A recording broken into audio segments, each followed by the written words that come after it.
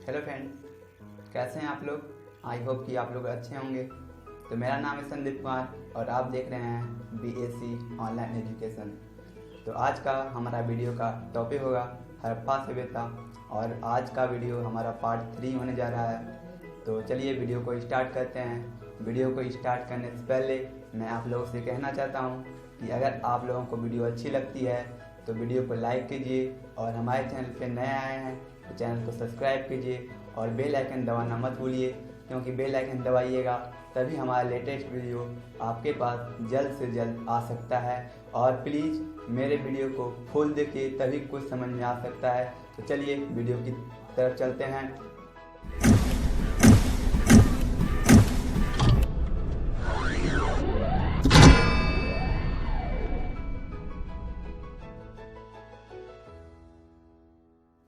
आज का क्वेश्चन है, हड़प्पावासी सिंचाई में कौन कौन से साधनों का प्रयोग करते थे, इसी के बारे में जानते हैं। तो ये प्रश्न जो है लघु 3 प्रश्न में आता है और ये इम्पोर्टेंट क्वेश्चन है हड़प्पा सभ्यता से रिलेटेड, तो इसको डील करते हैं। हड़प्पावासी जो थे वह विभिन्न साधनों का प्रयोग करके सिंचाई क्या करते थे। वे लोग कुआं, नहर, तालाब इत्यादि का प्रयोग करते थे और सिंचाई करते थे। ठीक, तो वे लोग किस किस साधनों का प्रयोग करते थे। कुआं हो गया, तालाब हो गया, नहर हो गया, ये सब जल संग्रह का उपयोग करके वे लोग सिंचाई के रूप में प्रयोग करते थे।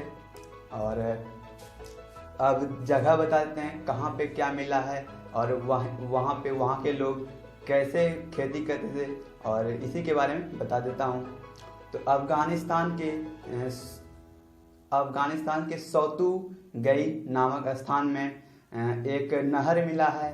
तो वहाँ पता चलता है कि वहाँ के लोग नहर से सिंचाई क्या करते थे। तो अफगानिस्तान के सौतू गई, इसको लिख लेते हैं। पहला पॉइंट हो गया अफगानिस्तान के सौतू गई जिले में एक नहर मिला है, जिससे पता चलता है कि यहाँ के लोग नहर से सिंचाई क्या करते थे। और हड़प्पा सभ्यता में एक कुआं मिला है और वहाँ के लोग कुआं से सिंचाई क्या करते थे। ये दूसरा पॉइंट हो गया। दूसरा पॉइंट क्या हो गया, हड़प्पावासी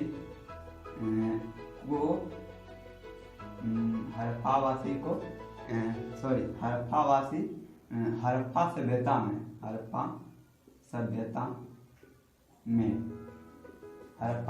में एक कुआं मिला है।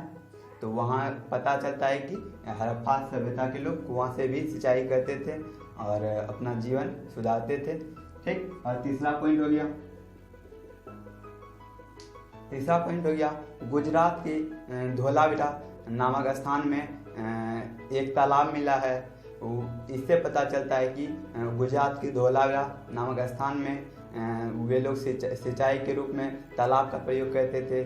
तालाब को जल संग्रह करते थे, जल इकट्ठा करते थे तालाब में और उससे सिंचाई क्या करते थे। कहाँ मिला है, गुजरात के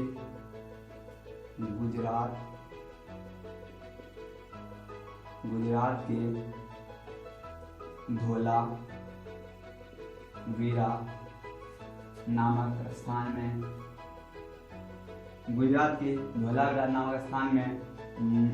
तालाब मिला है। क्या मिला है, तालाब मिला है। और अफगानिस्तान की सौतूगई जिले में क्या मिला है, नहर मिला है। और हड़प्पा सभ्यता में कुआं मिला है। तो इससे पता चलता है कि अफगानिस्तान के सौतूगई जिले में नहर का प्रयोग करके सिंचाई के रूप में प्रयोग करते थे। किसका, नहर से। तो और हड़प्पा सभ्यता में कुआं का प्रयोग करते थे और गुजरात के धोलावीरा नामक स्थान में तालाब का प्रयोग करते थे जल संग्रह के रूप में, और वहीं से उसी से सिंचाई क्या करते थे। तो यह क्वेश्चन हो गया। यह क्वेश्चन जैसा कि मैंने बताया कि यह क्वेश्चन लघु 3 प्रश्न में आता है। तो लघु 3 प्रश्न के तरह से मैंने इसका आंसर करवाया। तो चलिए नेक्स्ट क्वेश्चन की ओर। ये हमारा अगला क्वेश्चन है जिसका भाव है हड़प्पा सभ्यता का जल निकास प्रणाली का वर्णन करें। थोड़ा मैंने बताया जल निकास प्रणाली का, थोड़ा मैं बताया था एक क्वेश्चन दीर्घ उत्तरीय में था, पार्ट 2 में बताया था कि वहाँ के लोग, हड़प्पा सभ्यता के लोग जल निकास प्रणाली के लिए नाली का प्रयोग करते थे। उसी टाइप से इसका मैं आंसर करा रहा हूँ, उसी के रिलेटिव है, तो इसको लघु उत्तरीय टाइप से आंसर करा रहा हूँ। तो देखिए, हड़प्पा सभ्यता का जल निकास प्रणाली बहुत ही सुव्यवस्थित थी। कैसी थी? बहुत ही अच्छी थी। कहाँ की? हड़प्पा सभ्यता की जल निकास प्रणाली बहुत ही अच्छी थी। वहाँ के लोगों मतलब वहाँ का जो सड़क था, हड़प्पा सभ्यता का जो भी सड़क था, उनके दोनों किनारे बड़ी नाली हुआ करता था। और नाली जो की बनावट थी वह पक्की ईंट में गारे का प्रयोग करके और गारे में चूना और जिप्सम का प्रयोग करके नाली को तैयार किया जाता था। और उस पे पानी निरंतर आते रहता था। और वह पानी जो था घर के छोटी नाली के द्वारा बड़ी नाली में, जो कि सड़क के किनारे मैंने बताया कि था कि छोटी नाली, घर की छोटी नाली के द्वारा उसमें जोड़ा हुआ था। सभी घरों की छोटी नाली के द्वारा बड़ी नाली में जोड़ा गया था। तो घर का पानी बड़ी नाली में गिराया जाता था और बड़ी नाली का पानी जो होता था वह जलाशय में गिराया जाता था और जलाशय से लोग सिंचाई के रूप में प्रयोग करते थे। ठीक, कोई दिक्कत? फिर से, हड़प्पा सभ्यता की जल निकास प्रणाली बहुत ही सुव्यवस्थित थी। कैसी थी? बहुत ही अच्छी थी। तो वहाँ के हड़प्पा सभ्यता के लोग जो थे वह नाली, वहाँ हड़प्पा सभ्यता के जो सड़क थी उनके दोनों किनारे नाली हुआ करता था। कैसे? ये मान लो रोड है और ये नाली हो गया। ठीक, बहुत ही बड़ी नाली हुआ करती थी दोनों किनारे। और घर हो गया ये, और घर से निकलने के लिए छोटी नाली हुआ करता था और इसमें बड़ी नाली में कनेक्टेड रहता था। और छोटे घर का पानी बड़ी नाली में गिराया जाता था और बड़ी नाली में कचरा उचरा ना गिरने के लिए इस पर बड़ा पत्थर रख दिया जाता था ताकि इसमें कचरा उचरा ना गिरे। उस समय जैसा कि मैं बताया कि बहुत ही सुव्यवस्थित थी, मतलब कि साफ सफाई का बहुत ही ध्यान रखा जाता था। हड़प्पा सभ्यता के लोग साफ सफाई पर बहुत ही ध्यान रखते थे। और ये जो नाली था, बड़ा नाली, इसका आकार यानी इसकी चौड़ाई जो थी 2.5 से 5 फुट के लगभग में इसकी चौड़ाई हुआ करती थी बड़ी नाली की। और इसमें बारिश का भी पानी गिरता था और इसका बड़ी नाली का पानी जो था गांव के बाहर जलाशय में गिराया जाता था और वहां से लोग सिंचाई के रूप में प्रयोग कर लेते थे। ठीक, ये क्वेश्चन हो गया। अब नेक्स्ट क्वेश्चन की ओर चलते हैं। ये हमारे वीडियो का तीसरा क्वेश्चन होने जा रहा है जिसका भाव है मोहनजोदड़ो के विशाल स्नानागिरी के बारे में बताइए। यह भी बोर्ड एग्जाम में निरंतर पूछा ही जाता है, तो इसको डील करते हैं लघु उत्तरीय टाइप से। ठीक, तो हड़प्पा सभ्यता का सबसे अपनी ओर आकर्षण करने वाला भवन था, तो वह था मोहनजोदड़ो का स्नानागार या फिर स्नानागृह, जिसे कहते हैं कहाँ का? मोहनजोदड़ो का स्नानागृह। तो फिर से देख लीजिए, हड़प्पा सभ्यता का जो आकर्षक भवन था, अगर कोई था हड़प्पा सभ्यता में, तो वह था मोहनजोदड़ो का विशाल स्नानागृह। ठीक, तो यह स्नानागृह का जो आकार था वह बहुत ही बड़ा था। तो इसके बीचों बीच यानी स्नानागृह के बीचों बीच एक तालाब था। मान लीजिए ये स्नानागृह है।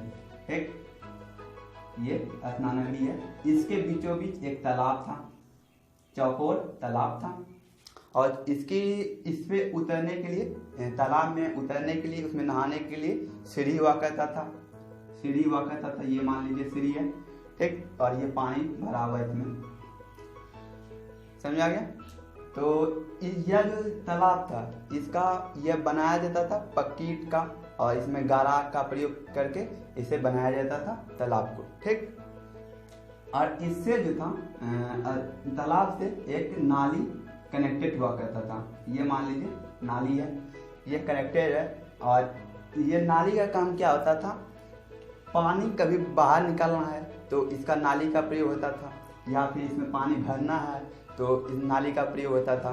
तो यानी पानी भरने और निकालने का काम कौन करता था, ये नाली करता था। ठीक, और ये जो था, ये तालाब जो चारों ओर से घिरा हुआ था, किससे घिरा हुआ था, स्नानागृह के भवनों के बीचों बीच ये था। तो स्नानागार के ही चारों ये ना घिरा था भवन, ये तालाब। ठीक, इसके बारे में जान लिए।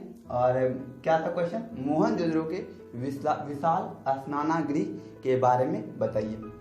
तो आंसर हो जाएगा, हड़प्पा सभ्यता का अगर कोई आकर्षक भवन है तो वह है मोहनजोदड़ो का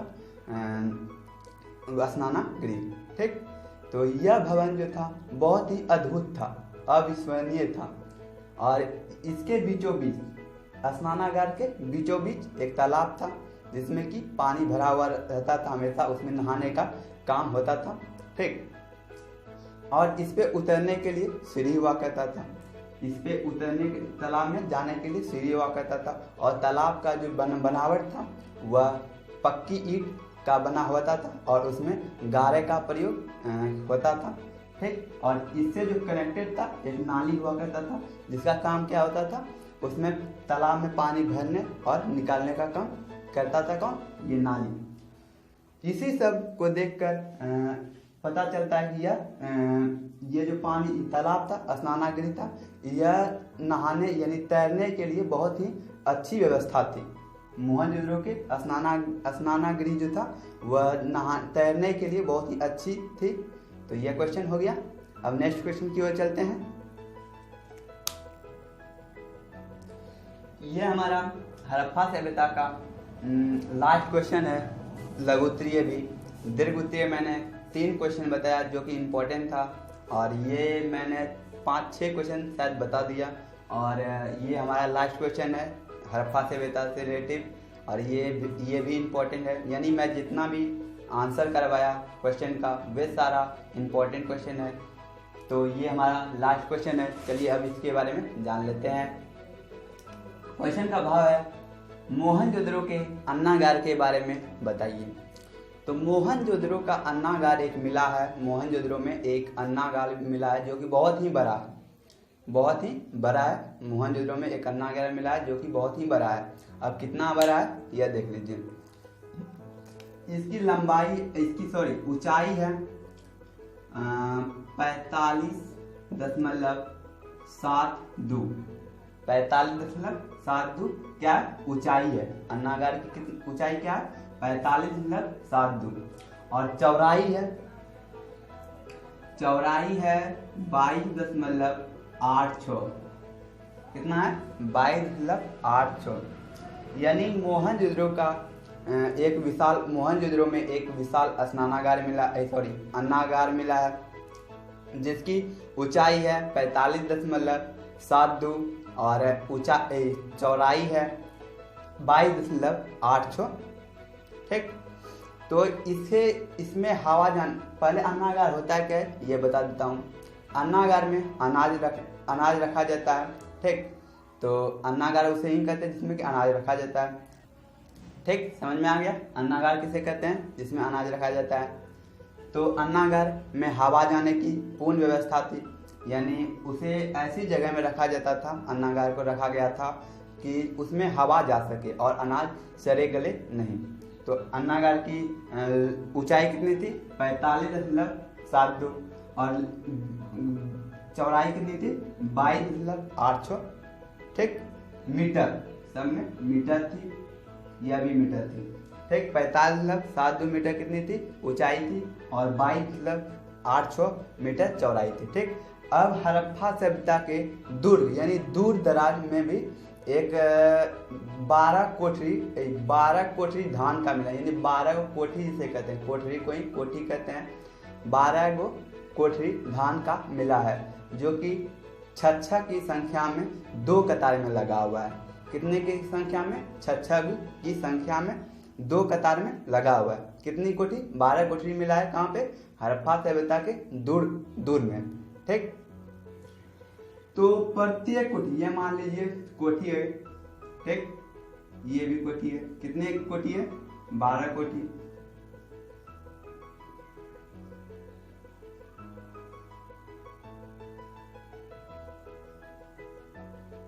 ये मान लीजिए कोठी है, ठीक। और प्रत्येक कोठी जो थे ईंटे के चबूतरे पे रखा गया था। किस पे? ये मान लीजिए ईंटा का चबूतरा है। प्रत्येक कोठी ईंटे के चबूतरे पे रखा गया था। ठीक, समझ में आ गया। और कोठी का जो लंबाई था यानी ऊंचाई था और चौड़ाई था, इसके बारे में जान लेते हैं। तो ऊंचाई था इसका 15.43। ऊंचाई कितना था? 15.43 मीटर इसकी ऊंचाई थी कोठरी की, यानी कोठी की जिसमें अनाज रखा जाता है। इसकी ऊंचाई थी कितनी? 15.43 मीटर इसकी ऊंचाई थी। और चौड़ाई कितनी थी? चौड़ाई थी 6.09 मीटर। कितनी थी? 6.09 मीटर इसकी चौड़ाई थी। समझ में आ गया? तो चलिए, ये आज का वीडियो इतना ही। तो thank you for watching the video.